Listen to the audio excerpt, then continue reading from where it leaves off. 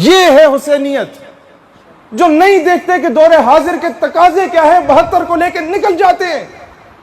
یزید پہ لان دان تو بھیج دیں، ہمارے حکام بالا بھی یہ کریں، 70 سالوں سے لوگ چینج ہوتے آئے اور یہی کام کریں، لیکن سب نے اپنے اپنے وقت میں وقت کے یزید کے ہاتھ پہ بیعت کی ہوئی ہے۔ ڈاکٹر عافیہ کو بیچنا کیا یزیدیت کے ہاتھ پہ بیعت نہیں ہے؟ جواب دیجئے، ریمنڈ ڈیوس جب آپ کے 2 بچوں کو قتل کر کے ملک سے باہر فرار ہو جاتا ہے اور آپ باعزت بری کر دیتے ہیں، کیا یزیدیت کے ہاتھ پہ بیعت نہیں ہے؟ جواب دیجئے کہ جب رات کی تاریکی میں کرنل جوزف آپ کے بچے کو اسلام آباد کی سڑکوں میں گاڑی کے نیچے کچل دیتا ہے اور آپ رات کی تاریکی میں نور خان ایئر بیس سے اسے ملک سے باہر فرار کر دیتے ہیں، یہ یزیدیت کے حق میں بیعت نہیں ہے؟ قافلہ حجاز میں ایک حسین بھی نہیں، گرچہ ہے تابدار ابھی گیسوئے دجلہ و فرات۔ یہ مڈل ایسٹ اور گلف کنٹریز میں جو تیل کے ذخائر ہیں یہ موجود ہیں، گیس کے ذخائر موجود ہیں، فائنینشلی بڑے اچھے ہیں، امیر کبیر ملک ہیں۔ آپ کے پاکستان، بھارت، بنگلہ دیش کے لوگ وہاں نوکریاں ڈھونڈنے جاتے ہیں۔ مسلم ممالک بڑے طاقتور ہو گئے پیسے میں، لیکن کیا ہے، عورت اور شراب کے عادی ہو گئے۔ قافلہ حجاز میں ایک حسین بھی نہیں۔ کانسیپٹ کیا ہے حسینیت کا؟ سال کے بعد محفل کرانا، ہمارے ساتھ مل کے نعرے لگانا۔ جب آپ مسجد میں جہاد کا ذکر کریں، اگلے دن امام صاحب غائب ہوتے ہیں، پرچے کٹنا شروع ہو جاتے ہیں۔ آج آپ غیرت کی بات کریں، پرچے کٹنا شروع ہو جاتے ہیں۔ امریکہ میں جا کے آپ جو مشائخ گئے ہیں ان سے پوچھئے کہ آپ وہاں پر بریلوی دیوبندی کا اختلاف چھیڑیں، وہ خوش ہوں گے، آپ قادیانی کو رگڑا دیں وہ فوراً آپ کو ڈیپورٹ کریں گے۔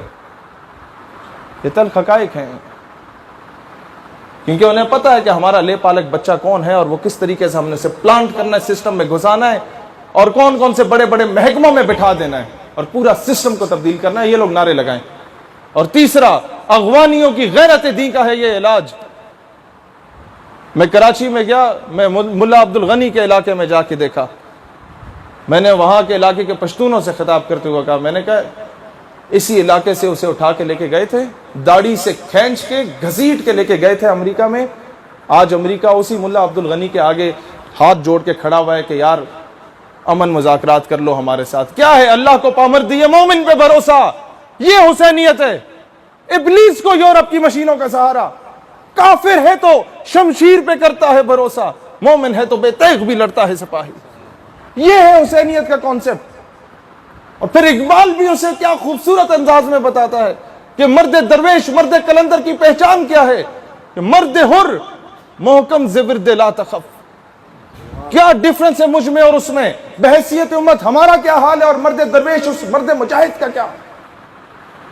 ماں بمیداں سر بجیب او سر بکف۔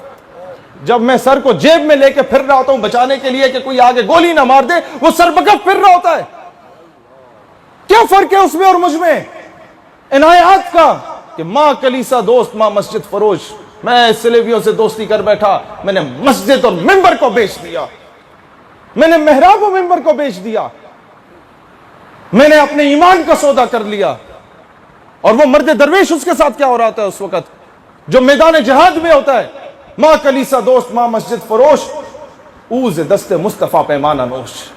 جب میں رات کی تاریکی میں خواب غفلت سے بیدار ہونے کو تیار نہیں ہوتا، اسے بارگاہ نبوی سے پیمانے آ رہے ہوتے ہیں۔ حقیقت ابدی ہے مقام شبیری، وہ کانسٹنٹ ہے حسینیت۔ چینج کیا ہوتا ہے؟ بدلتے رہتے ہیں انداز کوفی و شامی، یہ منافقت کے انداز بدلتے رہتے ہیں، یہ بلانے کے بعد غائب ہو جانے والے انداز بدلتے رہتے ہیں۔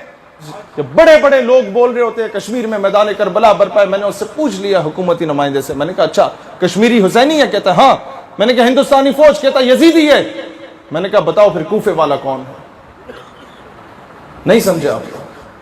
خاموش امت ہمیشہ کوفے کا کردار ادا کرتی ہے۔ دوستان ذی وقار، ہم لوگ جب تک گٹوں میں بیٹھے رہیں گے نا انگریزوں کے کتے لہنانے والوں کے، کشمیر کی بہن کے سر سے جو دوپٹہ کھینچا گیا وہ واپس نہیں آ سکتا۔ میں پچھلے ہفتے کراچی گیا، ڈائریکٹ لینڈ کرتے ہوئے ڈاکٹر عافیہ صدیقی کے گھر گیا، اس کی بہن اور ان کی والدہ نے مجھے یہ کہا کہ جب رسول اللہ صلی اللہ علیہ وآلہ وسلم ڈاکٹر عافیہ صدیقی کے خواب میں آئے، آخری ملاقات میں اس نے ہم سے یہ بات بتائی، تو وہ رو پڑی کہ یا رسول اللہ علیہ السلام، یہ کب تک میرا امتحان ہوگا؟ مجھے جج کہتا ہے کہ تمہیں برہنہ ہو کے آنا ہے عدالت میں اور قرآن پاک کے اوپر پاؤں رکھنے ہیں۔ یہ میڈیا پہ کئی مرتبہ اینکر پرسنز کہہ چکا یہ بات، کب تک میرا امتحان ہوگا؟ انہوں نے کہا تم تو امتحان میں پاس ہو۔ اس نے پھر کہا میں کب تک قید رہوں گی؟ رو پڑی۔ کہتے رسول اللہ علیہ السلام نے جواب دیا کہ تم تو پاس ہو، امت کا امتحان ہے۔ حقیقت خرافات میں کھو گئی، امت روایات میں کھو گئی۔